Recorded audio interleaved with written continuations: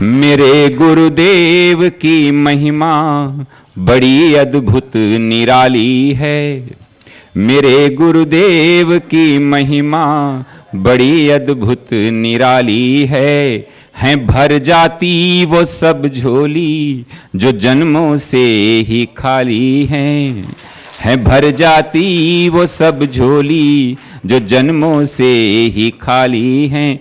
यहाँ तम की नहीं सत्ता, यहाँ हर दिन दिवाली है। यहाँ तम की नहीं सत्ता, यहाँ हर दिन दिवाली है। भराया लोक अंतर में नजर में प्रेम लाली है।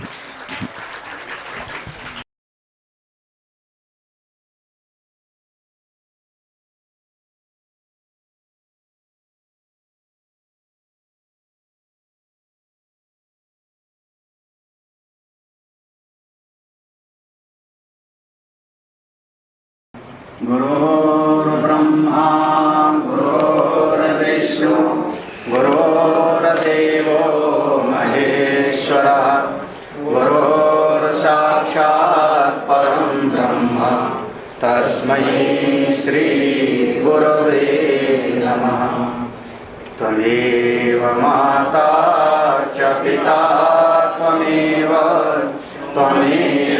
बन्धुश्च सखा त्वमेव विद्या द्रविणं त्वमेव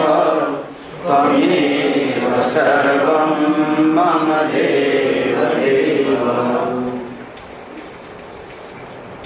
प्रभु की कृपा से हम लोगों को एक यह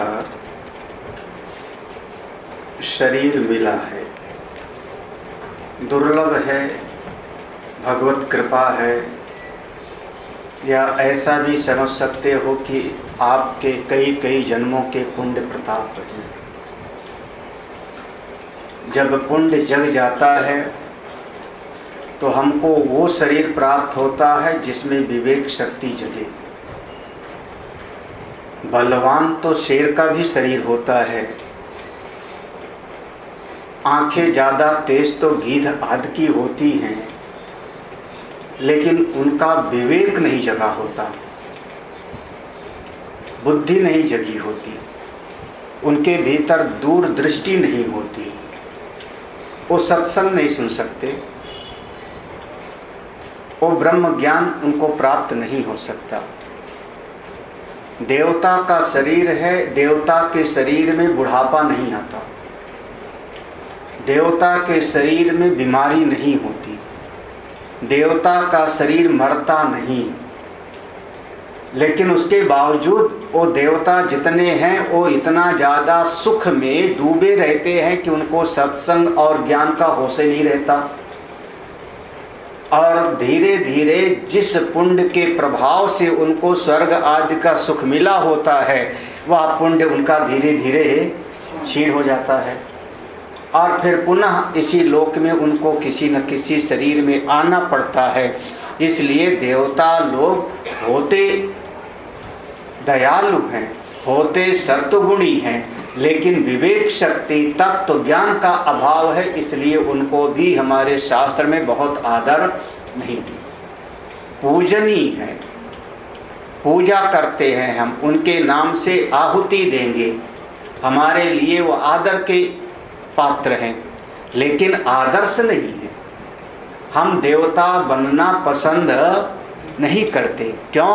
क्योंकि देवता बन गए तो कहीं न कहीं सत्वगुणी होकर के स्वर्ग आदि में बैठे रहोगे और वहाँ भी थोड़ा बहुत मन में विक्षेप तो कभी कभी ही आ ही जाता है। अब असुर लोग मिलके चढ़ाई कर देंगे तो देवता कभी हार भी जाते हैं, उसमें क्या।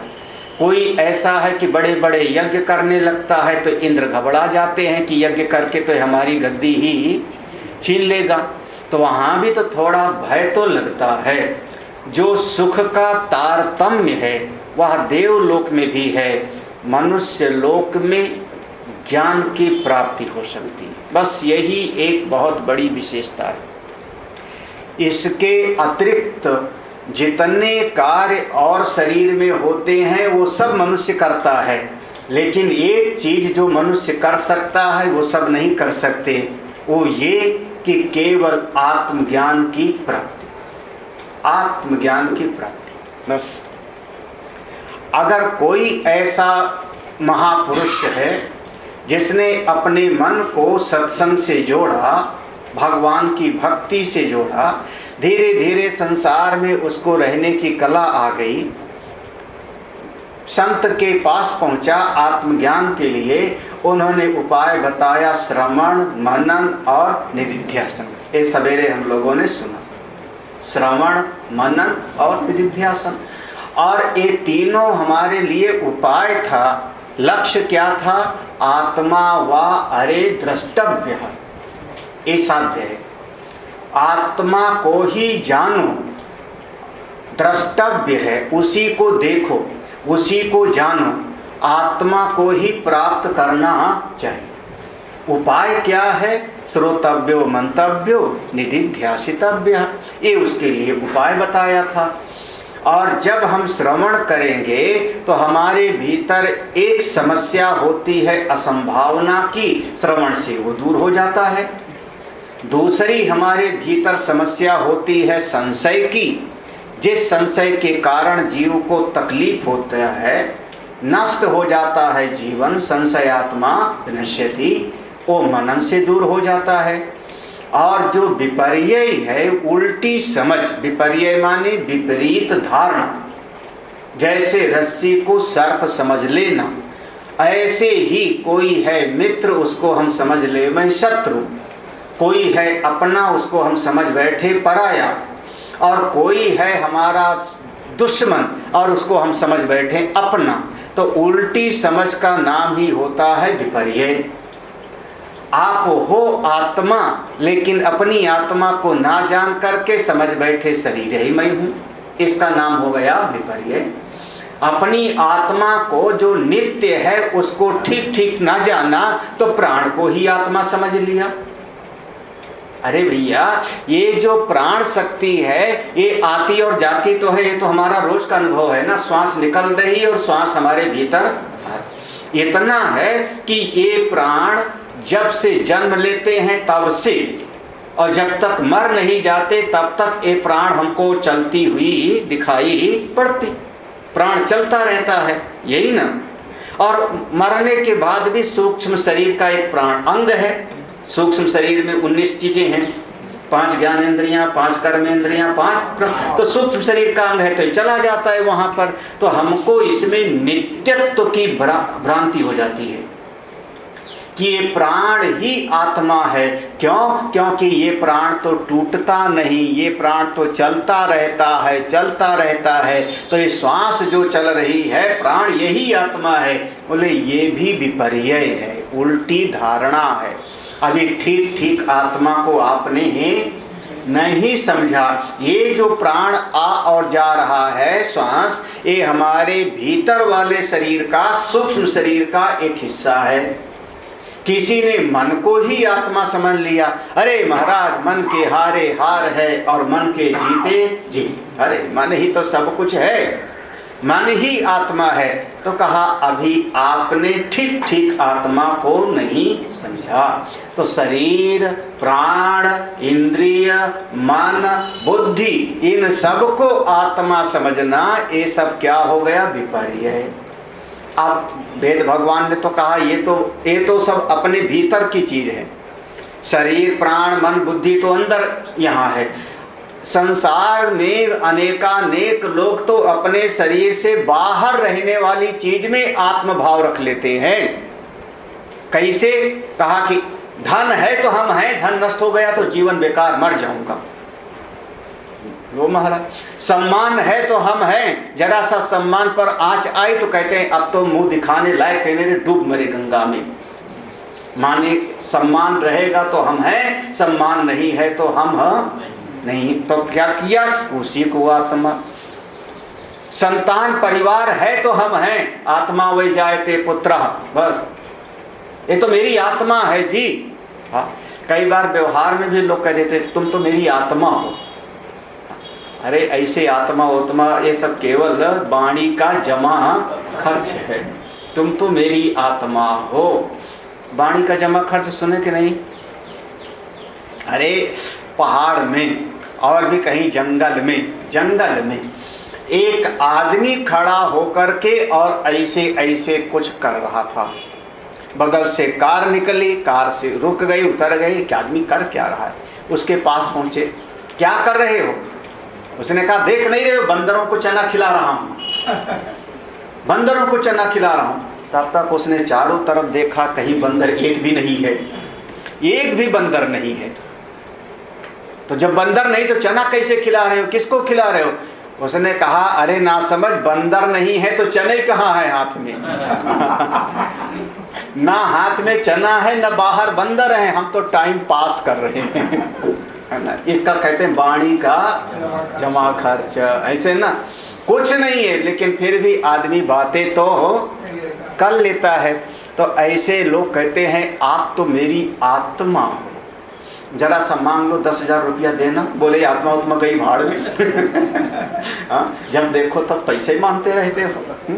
तो ये चित्त में जितना भी समझ होगी ये आत्मा है, ये आत्मा है, वो सब विपर्य है, विपरीत धारणा है।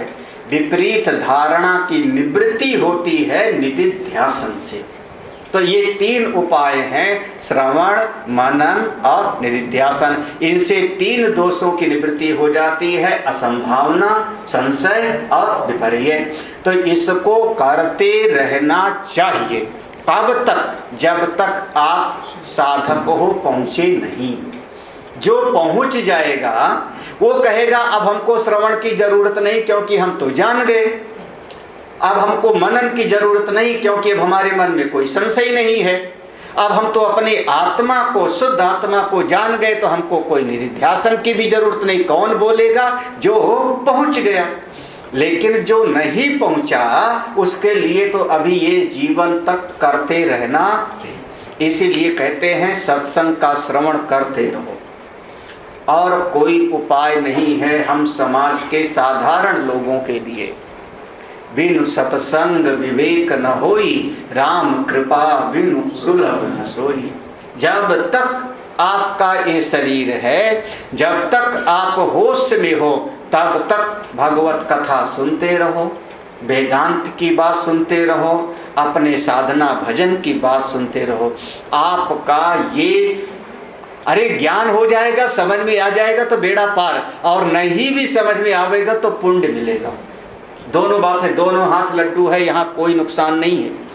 समझ में आ गया तो उद्धार, और नहीं समझ में आया तो पुण्य मिलेगा, और यही आगे जाकर के आपको आगे बढ़ा ले जाएगा। इसलिए जब तक महात्मा लोग, संत लोग कथा सुनते और सुनाते रहते, श्रवण करते रहो, स्वाध्याय करते रहो, ध्यान भजन करते रहो, ध्यान भी करो, जाप भी करो, ये सब साधना हमको करते रहना चाहिए। सीधा सीधा कह रहा हूं, पहले सिद्ध अपने आप को मत समझ लो कि मैं सिद्ध हो गया अब हमको कुछ नहीं करना। तो सारी साधना हमको करते रहना है। जब कोई सिद्ध हो जाता है तो उसकी बात अलग है, उसकी बात अलग है। भाई अब कॉलेज की डिग्री मिल गई तो उसकी बात अलग है, और जिसको डिग्री अभी नहीं मिली, जो परीक्षा पास नहीं किया, वो 500 बच्चे क्या करें अभी? बोले किताब खरीदो, नोट्स बनाओ, क्लास में जाके बैठो। विद्यालय में 500 बच्चे हो, आप पढ़ो। लेकिन जिसको डिग्री मिल गई, अब वो ग्रेजुएट हो गया, विद्यालय डिग्री कॉलेज से निकल गया, अब उसके लिए वो जरूरी ही। ऐसे ही जीवन में हमको करते रहना चाहिए। सीधा सा सिद्धांत है, श्रवण भी करते रहना है। कब तक? बोले जब तक आपको होश रहे। नहीं सुनोगे, देखो सत्संग नहीं सुनोगे तो कान से किसी की निंदा बुराई सुनोगे, और निंदा बुराई जो भीतर जा करके, निंदा बुराई भीतर जाएगी और भीतर जा करके हमारे हृदय को गंदा कर देगी, और आप संसार में फंस जाओगे। किसके साथ बैठो? बोले जो सत्संगी है उनके साथ मित्रता बनाओ। संसारी लोगों के साथ दोस्ती बनाओगे और उनके साथ बैठोगे तो आपका चित्त भी वैसे बन जाएगा। अब एक बार हम इलाहाबाद जा रहे थे, यहाँ से हमको याद है, इलाहाबाद की बात है, इलाहाबाद जा रहा था और साथ में राजाजीपुरम के कुछ दोस्त लोग थे। उसमें एक नेता वाला था, ध्यान नाम भूल रहा हूँ मैं, वो राजनीति वाला ही था, टिकट चाह रहा था, तो वो था, गाड़ी वही चला रहा था, उसी गाड़ी थी। तो जब हम रायबरेली की तरफ पहुँचे तो हमने सोचा यहाँ इंदिरा गांधी या पुराने ज़माने से कांग्रेस का गढ़ है। हाँ, तो हमने उससे पूछा यहाँ एक ब्राह्मणों का वोट कितना होगा, क्षत्रियों को, ठाकुरों का वोट कितना होगा, मतलब कितने हजार वोट होंगे, कितने लाख वोट होगा, ऐसे उससे पूछा। तो उसने पूरा हिसाब बताया हमको, उसको सब रटा पड़ा था, तो उसने पूरा बताया, यहाँ इनके इतने वोट हैं, इनके इतने वोट हैं, इनके इतने वोट हैं, महाराज स्वामी जी वोट कट जाता है क्योंकि लोग ऐसे, सब उसने समझाया। और समझाते समझाते हम पहुँच गए कुंडा, रायबरेली से कुंडा, लगभग दूरी कितनी हो गई, 1.5-2 घंटा, उतना समझाता रहा, हम समझते रहे। जो जब बाद में हम इलाहाबाद में कमरे में बैठे तो हमने कहा मेरा भी दिमाग खराब था। हमको ना तो कोई चुनाव से लेना देना, ना वोट से लेना देना, ना जाति और ब्राह्मण और ठाकुर से लेना देना। फिर मैंने चर्चा में ये बात क्यों की, तो हमको लगा कि जो बगल में बैठा था नेता, आगे साथ उसके जो थे, साथ में 2-3 चमचे नेता के, तो हमारे मन में भी वैसे संस्कार। अब बताओ, तो जैसा संगत करोगे वैसे आपके भीतर गुण। अच्छे लोगों के संगत में बैठोगे तो सत्संग की बात करोगे, खराब लोगों के साथ बैठोगे तो दुस्संगा सर्वथा ये त्याज्य, तो ऐसी चर्चा करने लग जाओगे। इसीलिए शास्त्र ने कहा संत लोगों का साथ करिए, महत् संगस्तु दुर्लभ अगम्य अमोघश्च। संतों के साथ रहिए, स्वाध्याय में लगे रहो, शास्त्र का श्रवण मनन करते रहो और धीरे धीरे आप पहुँचे जाओगे। चलिए हम लोग आगे बढ़ते हैं। जो पहुँच गए, देखो जो पहुँच गए, थोड़ा उनके बारे में भी हमको समझना चाहिए। हाँ, जो पहुँच गए, जैसे अब हमने संकल्प कर लिया कि हम बद्रीनाथ भगवान का दर्शन कर लेंगे तो हम जल पिएंगे, अन्न तब खाएंगे। मान लो हम वहाँ से चले, जोशीमठ से मन में संकल्प कर लिया कि आज बद्री विशाल का दर्शन करके तब भोजन करें। ऐसा बहुत बार लोग कहते हैं व्रत है आज कर लेंगे, लेकिन जो वहाँ पहुँच गया पहले और वहाँ से लौट रहा है, तो कहीं ढाबे पे बैठ के वो भोजन कर रहा है, अब उसको देख के हम क्या करें, हम भी खाना शुरू कर दें। ये तो खा रहा है तो हम भी खावें, यहाँ तो लंगर में बट रही पूरी सब्जी, सब खा रहे तो हम भी खावें। तो कहा नहीं, आपका संकल्प था कि पहले दर्शन करूंगा उसके बाद खाऊंगा। तो आपके लिए ये उपाय है कि अभी आप यात्रा करिए, जाके दर्शन करिए, बाद में खाइए। जो दर्शन कर लिया उसके लिए बात बिल्कुल अलग है, ठीक है ना। अब इतना सरल करके हमने समझा दिया। तो जो वहां तक पहुंच गए, जो आत्मज्ञानी हो गए, उन्होंने क्या समझ लिया, समझा क्या, उन्होंने कहा मम अकर्तु अलेपस्य, मैं तो आत्मा हूं। वो आत्मा जो अकर्ता है, जो निर्लिप्त है, ऐसा मैं आत्मस्वरूप हूं। 54वां श्लोक था। हाँ, तो यथा आरब्धम, जैसे भी प्रारब्ध आता है शरीर का, जैसे प्रारब्ध होगा, कौन सा लौकिको शास्त्रीय हुआ, वैसे व्यवहार मैं कर लेता हूं, चाहे वैदिक और चाहे दुनियादारी वाला, दोनों बातें। दुनियादारी वाले व्यवहार को हम कहते हैं लौकिक, इसी लोक का नियम, इसी लोक के। अब जैसे कि जहाँ सड़क पर चलना है तो हमको बाएं चलना है, सड़क पर चलना है तो हमको, ये शास्त्र ने नहीं कहा है। ये कौन सा व्यवहार हो गया, लौकिक, ये लौकिक व्यवहार हो गया। या जैसे हमारे यहाँ पर समाज में ऐसा भी है कि गुरुवार के दिन दाढ़ी मूछ मत बनाओ, बाल नाखून, गुरुवार के दिन की और कोई दिन,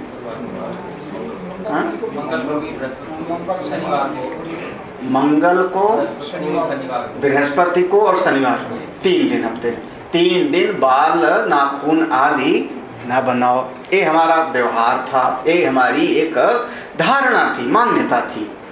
चलती चली आ रही है। भले शास्त्र हम ना पढ़े हों, शास्त्र में कहाँ लिखा नहीं पता, लेकिन फिर भी हम इसको मानते हैं। अब आजकल में जो नए लड़के हैं, अब बैंक आदमी नौकरी है कहीं पर, वो रोज बनाते हैं दाढ़ी, तो बनाओ भैया। हम कोई सबको मन पकड़ पकड़ के मना थोड़े करेंगे।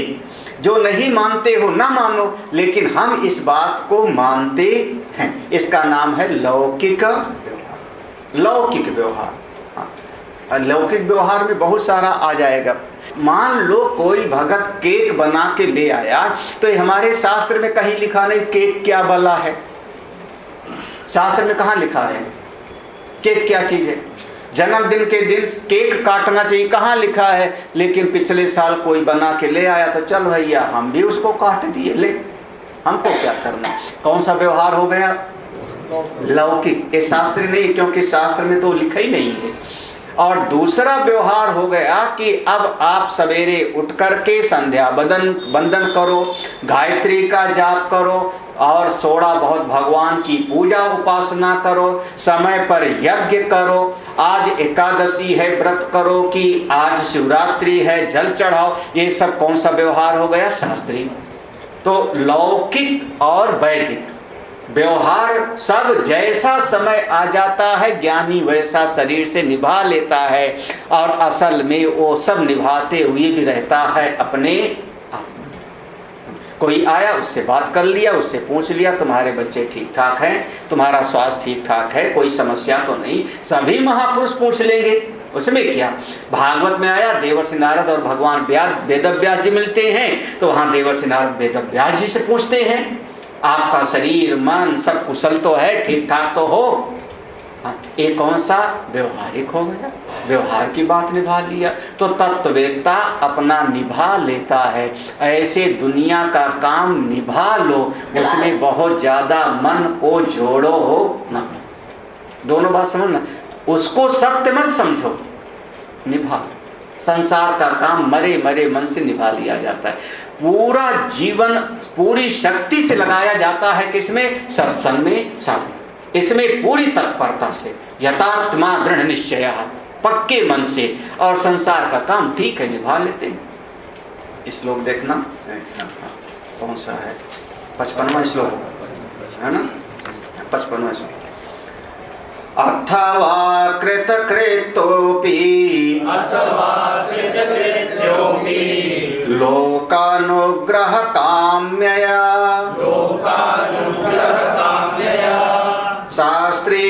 शास्त्रीयेणैव मार्गेण वर्तेऽहं कामं क्षतिः। अथवा देखो ये 54वें श्लोक से मिलता है। तो कौन सा दो तरह का व्यवहार हुआ? लौकिक और शास्त्रीय। ये दोनों व्यवहार हम प्रारब्ध के अनुसार निभाते जाते हैं। या ऐसा समझ लो अथवा ऐसा समझो कि जो महापुरुष कृतकृत्य हो गए, पहुंच गए, आत्मज्ञानी हो गए, वो लोग भी मंदिर जा करके भगवान को प्रणाम क्यों करते हैं? क्यों करते हैं? लोक अनुग्रह काम्यया। लोक अनुग्रह माने संसार के लोगों को शिक्षा देने के लिए। लोक अनुग्रह काम्यया, संसार के लोगों को शिक्षा देने के लिए। और जैसे देखो एक दोहा है ना, गुरु गोविंद दो खड़े, काके लागू पाए, बलिहारी गुरु आपनो, गोविंद दियो बताए। अब इस पर हमारे पूज्य गुरुदेव से किसी ने पूछा था। पूज्य गुरुदेव से, हम बच्चे लोग विद्यार्थी लोग थे, तो पूज्य गुरुदेव से किसी ने कहा, गुरुदेव हमारे सामने अगर ऐसा होवे तो हम किसको प्रणाम करें? पहले गुरु गोविंद, गुरुदेव और भगवान दोनों खड़े हैं, तो हम किसको पहले प्रणाम करें?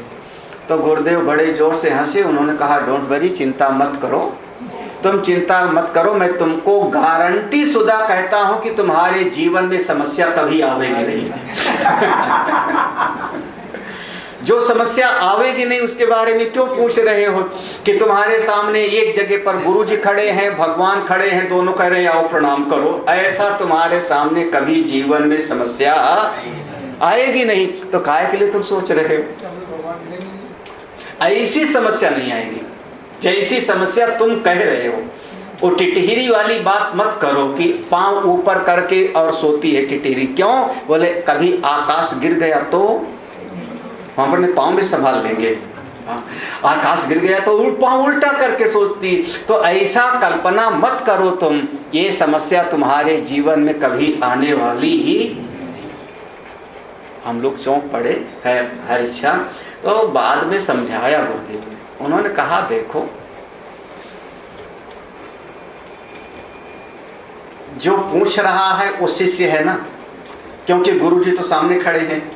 गुरु गोविंद दो खड़े, ठीक है ना। गोविंद माने भगवान, गुरु जी सामने खड़े हैं। तो पूछने वाला कौन हो गया? शिष्य। पूछने वाला तो शिष्य हो गया ना। तो गुरु जी तो वो कह रहा है कि गुरु जी और भगवान दोनों खड़े हैं। असल बात यह है कि जब गुरु जी के साथ कोई चेला जाएगा मंदिर में, तो गुरु जी तो स्वयं प्रणाम करेंगे ना। नहीं समझ आ रहा? तो गुरु जी तो स्वयं भगवान को मत्था टेकेंगे। जब गुरु जी स्वयं मत्था टेकेंगे तो चेले के सामने समस्या कहाँ है? तो उसको तो खुद मत्था टेकना ही है। अरे आप बड़े लोग अगर महात्मा को प्रणाम करोगे तो आपके बच्चे भी उनको प्रणाम कर लेंगे, यही ना। और बड़े लोग अगर खड़े हो रहोगे तो बच्चे भी खड़े रहेंगे।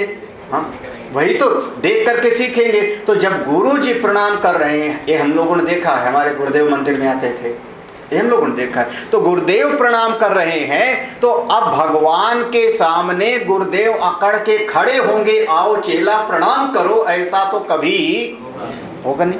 तो जब गुरुदेव प्रणाम कर रहे हैं तो तुम भी प्रणाम करोगे। तो वह जो गुरुदेव प्रणाम कर रहे हैं, क्यों कर रहे हैं? वहां पे वो जानते हैं कि आपकी आत्मा हमारी आत्मा एक है। क्यों? बोले ये जो पीछे लाइन है, जब हम प्रणाम करेंगे तो ये भी प्रणाम। भगवान शंकराचार्य जी के कुछ शिष्यों में अभिमान आ गया।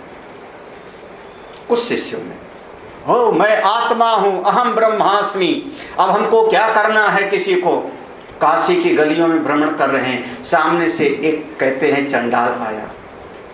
चंडाल आया। जब चंडाल आया, ये शिष्य लोग उसको हटाते हैं। ए हटो हटो हटो हटो, रास्ता दे रास्ता दे, गंगा स्नान करके आ रहे हैं, तेरी परछाई भी पड़ जाएगी तो फिर स्नान करना पड़ेगा। उसके साथ में 2-3 कुत्ते आदि। वो चंडाल खड़ा हो गया। हमने कभी पढ़ाया ये ग्रंथ है ना, मनीषा पंचकम, 5 श्लोक का, उसमें 7 श्लोक हैं, कुल 7 श्लोक है, 2 प्रश्न है, 5 उत्तर है। तो वो चंडाल खड़ा हो गया। वो हटा तो नहीं, लेकिन खड़े खड़े वो बोलता है, अन्नमयाद अन्नमयम अथवा चैतन्यमेव चैतन्यात् दूरी कर्तुम वांछसि किम ब्रूहि गच्छ गच्छेति। हे महाराज, दूरी कर्तुम वांछसि, हे द्विजवर, हे ब्राह्मण देवता, ये शरीर से शरीर को अलग करने के लिए कह रहे हो कि आत्मा से आत्मा को? क्योंकि जिस मिट्टी से शरीर आपका बना है उसी मिट्टी से शरीर मेरा बना है, और आत्मा तो एक है, यही तो आप पढ़ाते रहते हो। तो शरीर से शरीर को अलग करना चाह रहे हो या आत्मा से? ये बताओ। ये पहला श्लोक था। फिर दूसरे श्लोक में उसने सिद्धांत के बताया। एक दिन पढ़ाया था हमने, प्रतिबिंबवाद, अवच्छेदवाद और ये तीनों सिद्धांत हैं। किम गंगांबुनि बिंबितें बर्मणो चांडालवाटीपयः। वही चंद्रमा का छाया गंगा जी में पड़ा, चंद्रमा जी का छाया गंगा जी में पड़ा, और वही चंद्रमा जी की छाया चंडाल के दरवाजे के सामने बहती हुई नाली में पड़ा। तो नाली में जो चंद्रमा का प्रतिबिंब पड़ा, छाया, उससे चंद्रमा क्या गंदा हो गया? महाराज ऐसा प्रश्न पूछा। फिर भगवान शंकराचार्य वहां खड़े हो गए, और खड़े होकर के फिर 5 श्लोक में उसकी स्तुति करते। जागृत स्वप्न सुषुप्ति स्फुटितरा या संविद उज्जृते। हे भगवान, जिसने उस आत्मा को जान लिया कि जागृत स्वप्न सुषुप्ति तीनों को जो जानने वाला है, जो संवित मात्र है, वो मैं आत्मा हूं। जो ऐसा जान लिया वो चांडालो वस्तु सतुदुजो वस्तु गुरु रितेशा, वो चाहे चंडाल हो चाहे कोई और हो, वो मेरा गुरु है, ऐसा कह के भगवान शंकराचार्य जी ने उनको प्रणाम किया। अच्छा, जब भगवान शंकराचार्य जी ने प्रणाम किया तो जो अकड़ में आ गए थे चेला लोग उनमें, अब वो प्रणाम करेंगे कि नहीं करेंगे? हाँ, अब वो सब ने प्रणाम किया, उनके भीतर का अभिमान सब गायब, और तब तक वहाँ भगवान शंकर जी दिखाई पड़ने लगे, चंडाल हो गया गायब। कौन थे वो? भगवान भी कभी कभी अभिमान को मिटाने के लिए बड़े पापड़ बेलते हैं। याद है ना नारद मोह पलक, भगवान अपने भक्तों के अभिमान को मिटाते हैं और उसके लिए बहुत कुछ भगवान खुद भी सह लेते हैं। तो ये संत लोग लोक अनुग्रह माने समाज को रास्ता दिखाने के लिए। अब कई बार गुरुजी लोग ऐसा काम करते हैं, बताओ क्या करें? क्या करें? करना ही पड़ता है, करना पड़ता है बहुत बार।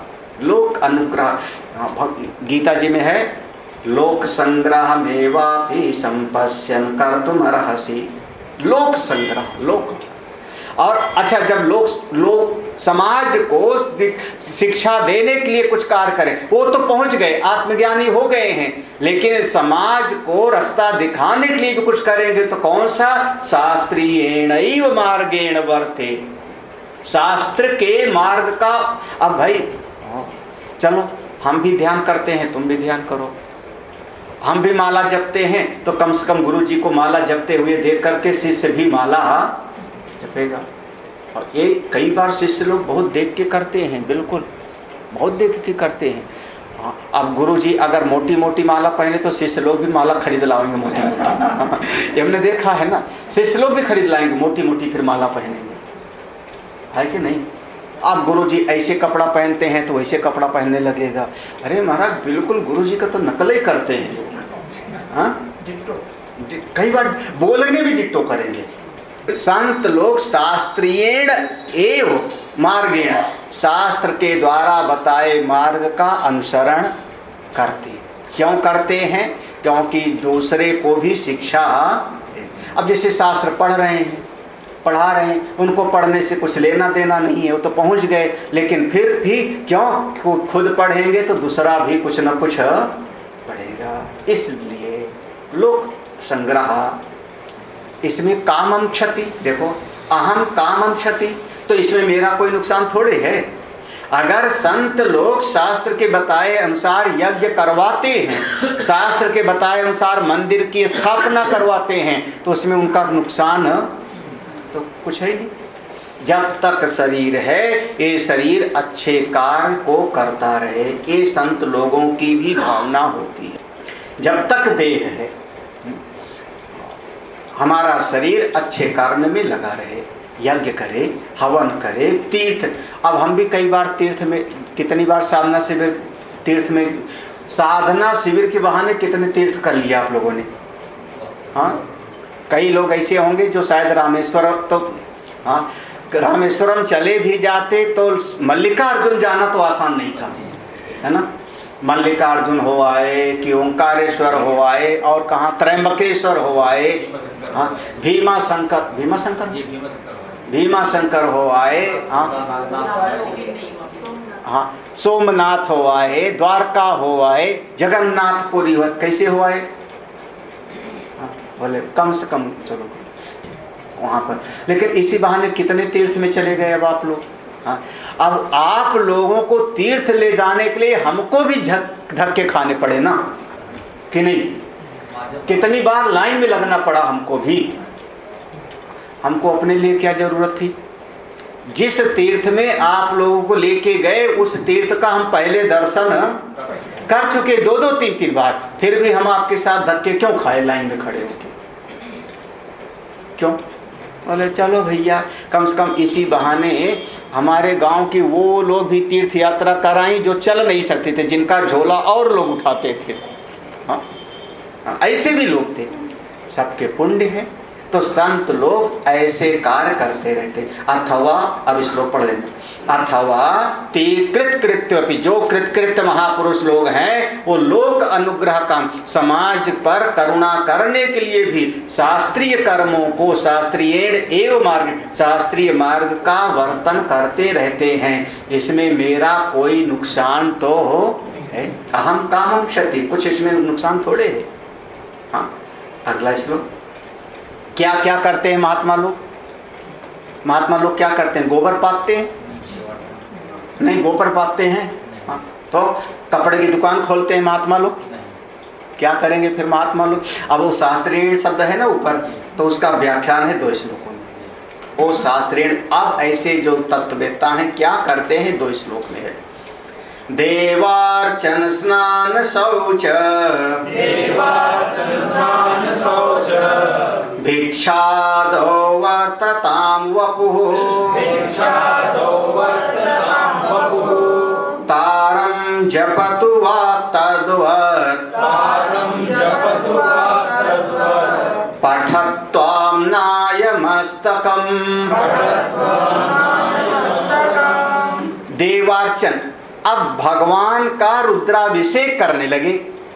हाँ, सन्यासी लोग रुद्राभिषेक करते हैं, भगवान का रुद्राभिषेक करने लगे। किस लिए? क्योंकि जब वो रुद्राभिषेक करेंगे तो 10 लोग और भी बैठ करके रुद्राभिषेक कर। एक बार शायद पिछले साल ही तो है, यहाँ बड़े वाले सत्संग हाल में बड़ा रुद्राभिषेक हुआ था ना, ढेर सारे शिवलिंग बनाए थे पूरा। हाँ, 1-2-3 बार ना। अब देवार्चन इसका नाम हो गया, देवार्चन। फिर स्नान, स्नान माने हमारे साथ संगम कौन कौन नहाया? गंगा जी। जिस दिन हम लोग स्नान, जो पर्व का दिन होता है शाही स्नान वाला दिन, उस दिन हर की पौड़ी पर आम जनता को वहाँ पर जाने ही नहीं देते। वहाँ आम जनता बाहर नहाती है गंगा जी में, दूसरे घाट पे नहाती। आप लोग कितने नहा लिए? कितने सारे पुण्य हो गया। तो अब हम भी नहाए भैया, चलो। क्या हो गया? स्नान। शौच, शौच माने हो गया पवित्रता का, नित्य क्रिया करके आए। फिर उसके बाद थोड़ा हाथ में जल ले लो, हमको भी हमारा पंडित जी करते हैं कई बार, सूर्य हाथ हमारे ऊपर जल छिड़का, ओम अपवित्रा पवित्र हुआ सर्वावस्थान पर, तो हमारे ऊपर जल छिड़का था, देखा वो कई बार गुरुदेव के। अब हम कहें मैं तो आत्मा हूँ, नित्य शुद्ध हूँ, मैं तो सिर्फ नित्य शुद्ध हूँ, लेकिन फिर भी चलो भैया हमारे ऊपर छिड़क दिया तो दूसरे के ऊपर भी। कभी जैसे आरती में खड़े हो गए तो आरती में भगवान को शंख से जो है किया जाता है, तो शंख का जल जो है छिड़कते हैं, है ना, तो हमारे ऊपर भी छिड़क देते हैं। बहुत बढ़िया, इससे शरीर पवित्र हो गया। 3 बार आचमन करो गुरुजी, हमारे चेला पंडित कह रहा 3 बार आचमन करो, ओ माधवाय नमः गोदबिंदा न, हम भी कर लेते हैं, इससे भीतर पवित्र हो रहा है। क्या हो गया? ये भी कर लेते। शौच माने पवित्रता। भिक्षा दो, हे महाराज कभी कभी महात्मा जी को भिक्षा के लिए भी जाना पड़ जाता है। भिक्षा माने, भिक्षा माने, अरे आजकल की भाषा में न्योता, तुम लोग निमंत्रण नहीं देते हो आजकल, खिलाते हो। हाँ, वो हम लोगों की भाषा में भिक्षा के लिए। किसी भक्त ने कहा महाराज एक किसी के पुण्य जागृत होते हैं तब कोई संत उनके घर पे भिक्षा प्राप्त करता है। ये हम संत लोग जानते हैं, ये महात्मा लोग जानते हैं। कई बार ऐसी घटनाएं हमने देखा है अपने अनुभव से कि कई लोगों ने न्योता दिया 2-2 बार 3-3 बार, और कोई न कोई बाधा ऐसी आ जाती है कि उस समय हम जा नहीं पाते। कभी उनके घर में कोई समस्या हो गई, कभी कुछ और हो गया, 2-2 3-3 बार ऐसी घटना न्योता देने के बाद। ये बहुत आसानी से नहीं है। वरुण जी कहते हैं आहुति है, अगर आप उस महात्मा को बुला दे रहे हैं, हाँ बिल्कुल, उनके भीतर ज्ञान की ज्योति जल रही है। जैसे अग्नि में आप आहुति देते हो तो देवता तृप्त होते हैं, ऐसे शास्त्र में, ये शास्त्र में लिखा हुआ है कि ये जो पितर लोग हैं वो ब्राह्मण के दांतों के द्वारा चबाया हुआ भोजन प्राप्त करते हैं। जब ब्राह्मण अपने दांतों से चबाता है तो पितर संतुष्ट होते हैं, ये वर्णन आता है। तो इसीलिए हम लोग श्राद्ध में किसको बुला के खिलाएंगे? ब्राह्मण को। तो ये सारे सिद्धांत हैं। तो अब भिक्षा दो, ये ईश्वर की कृपा होती है जी। अब कम से कम आप लोग हमको देख लो, हम अपने आश्रम में महात्माओं को बुलाते रहते हैं। हमारे आश्रम में महात्मा आ जाए, मैं भोजन करा के खुश, भोजन भी कराएंगे और साथ में लिफाफा भी देना पड़ता है। हाँ, अपने यहाँ तो हर संडे को चाहे कैसे भी संत हों, भोजन तो करेंगे, भोजन तो करेंगे, हमको अच्छा लगता है। भोजन करेंगे तो उनके पेट में ही तो जाएगा। तो और भगवान क्या कहते हैं, मैं सबके भीतर वैश्वानर बन के बैठा हूँ ना, अहम वैश्वानर हो, तो मैं तो उनमें आहुति चढ़ा। तो देखो, देवार्चन, स्नान, शौच और भिक्षा आदो। अब भिक्षा आदि में और समझना, अब ये तो देखो, ये तो हो गया बाहर, ये सब बाहर की क्रिया हो गई। पूजा करते हैं तो लोग देख रहे हैं, स्नान करने गए तो गंगा जी में गए, नित्य क्रिया करने गए तो फिर बाहर, भिक्षा मांगने गए तो बाहर, है ना। ये सब वर्तताम वपु, ये शरीर उनका व्यवहार करता। भीतर की तरफ आ जाओ, भीतर थोड़ा। वो महात्मा जो ज्ञानी हो गए कैसे, बोले तारम जपतु, तारम जपतु, एक तारक मंत्र होता है। कहते हैं भगवान भोले बाबा अपनी नगरी में, काशी नगरी में जब कोई मरता है तो उसके कान में तारक मंत्र का उपदेश करते हैं और उसकी मुक्ति हो जाती है। इसीलिए कहते हैं काशी में मरने वाले का मोक्ष, क्योंकि उसकी मुक्ति के लिए तारक मंत्र का उपदेश करते हैं। रामकृष्ण परमहंस से पूछा किसी ने, रामकृष्ण परमहंस नाव से यात्रा, पुराने जमाने में नाव से यात्रा होती थी, तो वहाँ पे रानी रासमणि जिन्होंने मंदिर बनवाया था, दक्षिणेश्वर का मंदिर, उनके दामाद थे जिनका नाम था माथुर बाबू। रानी रासमणि का बनवाया मंदिर है। जाति से बहुत छोटी जात की थी वो, इसीलिए उनके मंदिर में कोई पुजारी बनने के लिए तैयार नहीं होता था। तो ये गदाधर नाम था, तो रामकृष्ण परमहंस वहाँ पुजारी बने थे। तो रानी रासमणि के दामाद थे माथुर बाबू। तो माथुर बाबू बजरा से, बजरा होता है वो नाव पर ही वो कमरा जैसा बना लेते हैं, उससे लेके आए थे और ये लखनऊ तक, लखनऊ भी आए थे रामकृष्ण परमहंस, यहाँ लखनऊ भी आए थे। तो वो रामकृष्ण परमहंस से पूछा तो उन्होंने कहा, जब हम बनारस में नाव से यात्रा कर रहे थे और जब मणिकर्णिका घाट की तरफ से हमारी नाव गुजरी तो मैंने देखा था, रामकृष्ण परमहंस कह रहे, मैंने देखा था कि माँ पार्वती जो वहाँ लाशें जल रही थी, माँ पार्वती आके उनके भीतर की, अंदर की सारी गांठें खोल रही हैं। भिद्यते हृदय ग्रंथि, उन माँ पार्वती गांठें खोल रही हैं और भगवान शंकर जी वहाँ पर सबके कान में तारक मंत्र का उपदेश करते। ये रामकृष्ण परमहंस ने ऐसे समझाया था। इसलिए आज तक करीब 10 कोस में कोई मरता है काशी की इधर उधर, तो वो सब के सब ले जाएंगे कहाँ पर, 10 कोस तक। और इतने नहीं, कई बड़े बड़े सिद्ध महापुरुष लोग, महान, कई मंडलेश्वर महात्मा लोग, मैं कहता हूँ कई आश्रम उनके, एक दो नहीं, लेकिन आखिरी समय में गए कहाँ, काशी में, काशी में शरीर छोड़े। पूज्य स्वामी रामानंद जी महाराज, हाँ, पूज्य स्वामी विष्णु चैतन्यपुरी जी, अभी अभी की घटना है। पूज्य स्वामी करपात्री जी महाराज, एक से एक महापुरुष, तो उनका भी वही छूटा ना, कितने सारे लोग, वो काशी की महिमा है। तो तारक मंत्र, अब आप लोग ये मत पूछ लेना महाराज फिर तारक मंत्र बता दो हमको, हाँ, आप लोगों को तो बस हृदय लगे ना फिटकरी रंग चोखा हो भाई, ये इसी में इस श्लोक में लिखा है तारम जपतु, हम थोड़े बता रहे हैं उसमें क्या लिखा है, हमका क्या पता नहीं। हाँ, लेकिन तारक मंत्र का जपत हुआ, उनकी वाणी तारक मंत्र का जाप करे। उसी तरीके से तदवत देखो, तारम जपत वाक, वाक माने वाणी, वाणी तारक मंत्र का जाप करे। तदवत उसी तरीके से पठत तो आमनाय, आमनाय कहते हैं वेद की ऋचाओं का, वेद की ऋचाओं का नाम है आमनाय। तो वो वेद की ऋचाओं का खूब पाठ करे, खूब, उसमें क्या, सवेरे से शुरू हो जाते हैं, सहस्र शीर्षा पुरुषा, उनको करने से कोई उनका नुकसान नहीं, कोई लाभ नहीं। ज्ञानी महात्मा तो पहुंच गए हैं, लेकिन वो करते हैं दूसरे को रास्ता बताने के लिए, दूसरे की भलाई के लिए। आगे देखो, हाँ, विष्णु, हाँ, विष्णु ध्यायतु धीर्यद्वा ब्रह्मानंदे विलीयताम् साक्ष्यहं किंचिदप्यत्र न कुर्वे नापि कारये। अब महापुरुष हैं, तत्ववेत्ता महापुरुष हैं, उनकी मौज है, जिन देवता का चाहे वो ध्यान करें। कभी उनको लगा कि नहीं आज तो हमको भगवान शिव का ध्यान करना है, शिव का ध्यान करते हैं। कभी मन हुआ नहीं विष्णु का ध्यान करना है तो विष्णु ध्यायति, धी माने बुद्धि, बुद्धि से चाहे भगवान विष्णु का, भगवान शिव का, अरे गणेश जी का, दुर्गा भगवती माँ का, जिसका मन हो ध्यान करें। हाँ, जब वो ध्यान करेंगे तो उनके जो शिष्य लोग हैं वो भी ध्यान करें। बस लोक वो वही है, लोक अनुग्रह काम्यया, लोक को समाज को शिक्षा देने के लिए करते हैं। कौन सा? शास्त्रीयेण, शास्त्र के सारे कर्मों को बता दिया। यदवा ब्रह्मानंदे विलीयताम, या तो आप ध्यान में बैठ गए किस भाव में? अरे मैं तो आनंद स्वरूप हूँ, असंग स्वरूप हूँ।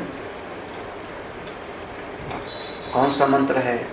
सपर्यगा शुक्रमकायमव्रणम् अस्नाविरं शुद्धम पाप विद्धम कविर्मनीषी परिभो स्वयंभू याथा तथ्यतो अर्थान व्यदधात शाश्वतीभ्या समाभ्य। मंत्र याद है? ईशावास्योपनिषद का 7वां मंत्र, 7वां 8वां। वह आत्मा कैसा? मेरा आत्मा कैसा? तो विचार क्या करते हैं? सपर्यगात, वो सर्वव्यापक है। शुक्रम, बिल्कुल शुद्ध है, क्योंकि उसका इस शरीर से लेना ही देना नहीं है आत्मा का। आव्रणम, अरे शरीर में घाव होता है, इस शरीर से तो परे अपनी आत्मा है, तो उसमें कोई घाव हो भी, उसमें कोई स्नायु नहीं, कोई नस नाड़ियां नहीं है। वो कैसा है? नित्य शुद्ध बुद्ध मुक्त आत्मा है। ऐसे अपने ब्रह्मानंद में विलीयताम, मैं तो अपना ब्रह्मा में साक्षी हम, मैं तो अरे सबका साक्षी हूँ, इस भाव के साथ साधना करते रहते हैं। किंचित अपि अत्र ना, सब करते हुए भी ना कुर्वे ना पिकारे, वही आ गया, नैव किंचित करोमिति युक्तो मन्येत। ना कुर्वे, सब करते हुए भी कहते हैं हमने तो कुछ भी किया। अच्छा तो आपने करवाया महाराज? वो कहते ना, हमने बिल्कुल नहीं करवाया, ना कह रहे, हमने कहाँ करवाया। वो तो हम ऐसा कर रहे थे, ये शरीर ऐसा कर रहा था, शरीर के करने को देख करके वो जो 10 शिष्य लोग थे वो भी वैसे करने हैं। अभी भी कल ही परसों सुनाई पड़ रहा था, कई बार हो गया है ना, अपने इस आसपास के गांव में पता नहीं कहाँ कहाँ ओम नमः शिवाय का कीर्तन होता है, अखंड कीर्तन है ना। कभी इधर ये 10 साल पर यहाँ हमने 1 साल पूरा अखंड कीर्तन करवाया था। ये हमारा महाराज, हमारा गांव तो धन्य है, अपना मुंह कैसा था कैसा हो गया, सारे मंदिर ठीक ठाक हो गए। हाँ, लोग मंदिर जा कर के कम से कम जल तो चढ़ा ही देते, कीर्तन होने लगा, पूजा पाठ होने लगा, कितना बढ़िया हो गया। कैसे? बोले चलो देखा देखी पुण्य और देखा देखी, कभी कभी देखा देखी से भी अच्छा काम होता है। तो संतों को देख करके कोई अच्छा काम करने लगता है, उसमें बढ़िया बात है, करना चाहिए। लेकिन संत लोग क्या कहते हैं? महाराज सब करते हुए मैं कुछ करता उरता नहीं हूँ, यहाँ पर कृतकृत्यता हो गई समाप्त, है ना। अब इसके बाद चौथा वाला था प्राप्त प्राप्य, है ना। जो प्राप्त करना था, जो प्राप्त करने लायक था, वो सब हमने प्राप्त कर लिया। तो अब आगे का प्रसंग होता है कि जो हमको प्राप्त करने लायक था वो हमने प्राप्त कर लिया। जो करना, ज्ञानी की स्थिति क्या होती है? तत्ववेत्ता, तत्ववेत्ता जो ज्ञानी है, 4 चीज याद रखना।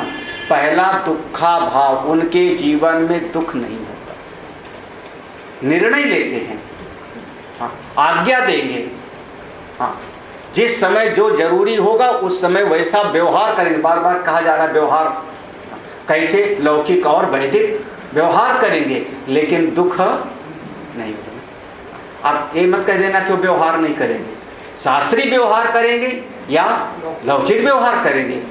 जन्मदिन है, मरण दिन है, लौकिक सारे व्यवहार करेंगे लेकिन दुखा भाव, पहली स्थिति। दूसरा था सारी कामनाओं की उनकी पूर्ति हो जाती है। कैसे हो जाती है? साक्षी भाव से, श्रोत्रियत्व के कारण या सर्वात्म भाव से, सब अपने आप प्रकृति पूरा कर दे। और तीसरा था अपने आप में कृत्य होते, जो करना था हमने कर लिया। अब चौथा है जो पाना था वो तो हम कल पढ़ेंगे फिर इसको, जो पाना था वो हमने पा लिया। वो चौथी बात है, इसको फिर कल पढ़ते हैं। ओम पूर्णमदः पूर्णमिदं पूर्णात् पूर्णमुदच्यते पूर्णस्य पूर्णमादाय पूर्णमेवावशिष्यते। ओम शांति शांति शांति। हरि ओम। श्री गुरुभ्यो नमः। हरि ओम।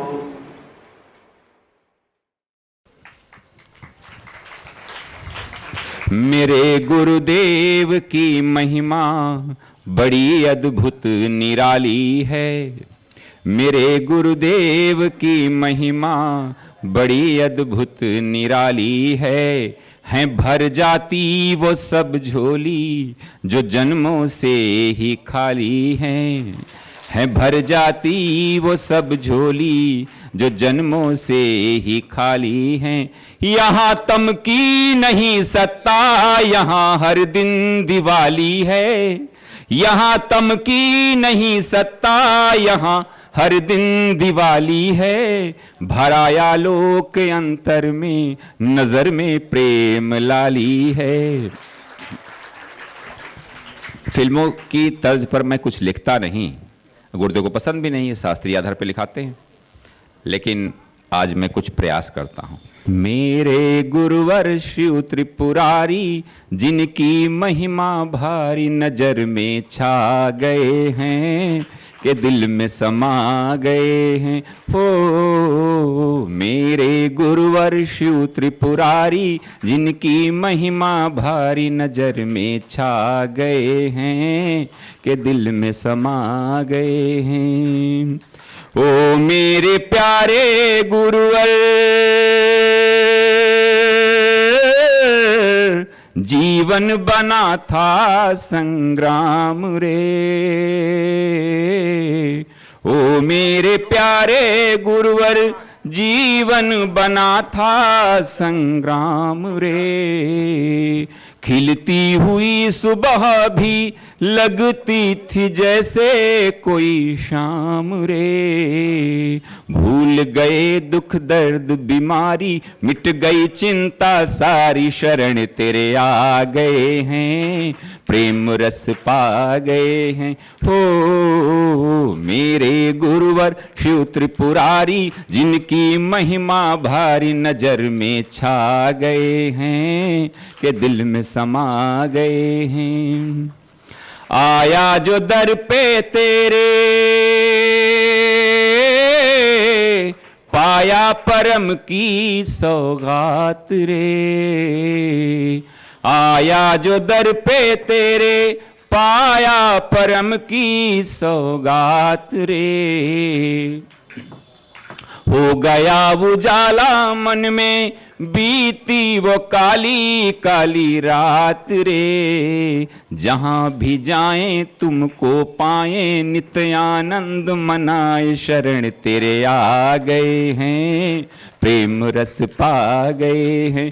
गुरुवर की करुणा कृपा, मिट गए सब दुख द्वंद। धन्य धन्य तुम धन्य हो मेरे सद्गुरु अभया। परम पूज्य आनंद कंद सद्गुरुदेव भगवान के द्वारा संस्थापित आर्ष विद्या गुरुकुलम का अभी एक लघु परिचय आपको प्राप्त हुआ। आइए अब अपने सद्गुरुदेव भगवान की ही अमृतमयी वाणी में आर्ष विद्या गुरुकुलम की एक झलक देखते हैं। पूज्य गुरुदेव की कृपा से और परमपिता भगवान की कृपा से मन के भीतर एक भाव पैदा हुआ कि समस्त जीवों का हित हो, साधना के मार्ग पर सभी लोग अपने आगे बढ़ें। जो जीवन का परम प्रयोजन है, आत्यंतिक सुख की प्राप्ति और पूरी तरह से जीवन में से दुख की निवृत्ति, इसी उद्देश्य को लेकर के यह श्री शौनक आर्ष विद्या प्रन्यास नाम का एक संस्था गठित की गई सन 2002 में, जिसके अंतर्गत ये आश्रम का निर्माण 2002 से शुरू हुआ। साधना के इसमें 3 स्वरूप होते हैं। कर्म के मार्ग में साधना हो, इसके लिए यज्ञशाला का निर्माण किया गया। हमारा मन भगवान के साथ में जुड़े, भाव के साथ में भक्ति करें, इसके लिए दक्षिणामूर्तेश्वर भगवान शिव की स्थापना की गई। और मनुष्य के जीवन में बहुत सारी समस्याएं उसके अज्ञान से आती हैं, भ्रम से आती हैं। तो हमारी बुद्धि भी ठीक हो, समझदार हो, विचारवान हो, इसके लिए सत्संग हाल का निर्माण हुआ, जिसमें लगातार सुबह और शाम दोनों समय श्रीमद् भगवद गीता, उपनिषद, वेद और सभी पुराणों का आधार लेकर के सत्संग किया जाता है, जिसके माध्यम से जीवों का प्रगति हो, विकास हो। आश्रम की विधा में एक गौशाला का भी निर्माण किया गया वर्तमान में, जिसमें लगभग 35 छोटी बड़ी गौवें हैं। जब तक कोई भी व्यक्ति भारतीय संस्कृति में संस्कृत विद्या को, संस्कृत भाषा को नहीं समझेगा, तब तक शास्त्र में और वेद में प्रवेश नहीं होगा।